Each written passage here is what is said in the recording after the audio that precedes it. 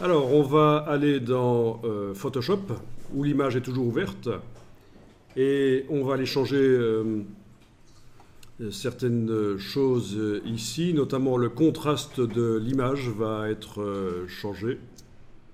Donc, on va aller attaquer directement les pixels en faisant image, réglage, courbe. Image, réglage, courbe. Et c'est là qu'il y en a certains qui vont aller dans menu calque, nouveau calque de réglage. Et c'est absolument pas ça qu'on est en train de faire. C'est image, réglage, courbe. Voilà. Et vous mettez 2 points dans le réglage de courbe et vous contrastez éventuellement.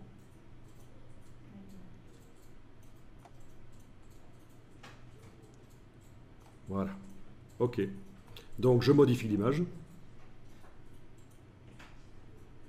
Je l'enregistre, fichier enregistré. Donc Photoshop n'a aucun mal à mettre à jour le fichier JPEG, puisqu'on n'a pas créé de calque en fait.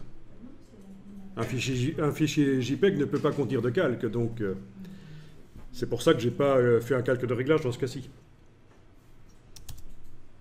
Et si vous revenez dans Illustrator, vous voyez que l'image sur le disque dur a été modifiée. Et donc, il demande s'il faut mettre à jour la vectorisation. Je réponds oui. Et la vectorisation va avoir un look différent puisqu'elle se crée sur une image contrastée.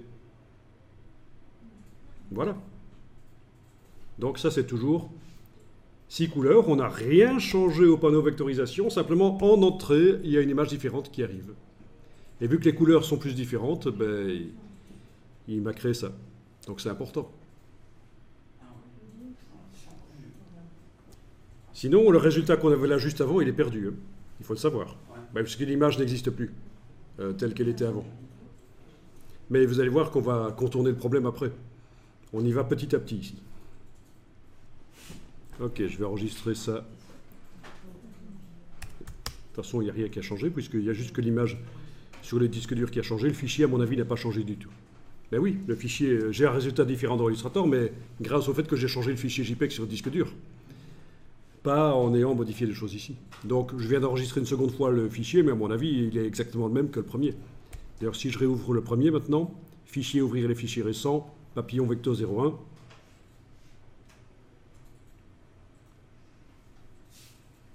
Ben oui, j'obtiens la même chose, vous comprenez? Attention à ça, hein. J'ai pas modifié le premier, et pourtant quand je le réouvre, il est différent de ce qu'il était précédemment. Puisqu'il fait appel à une ressource sur le disque dur qui a été changée.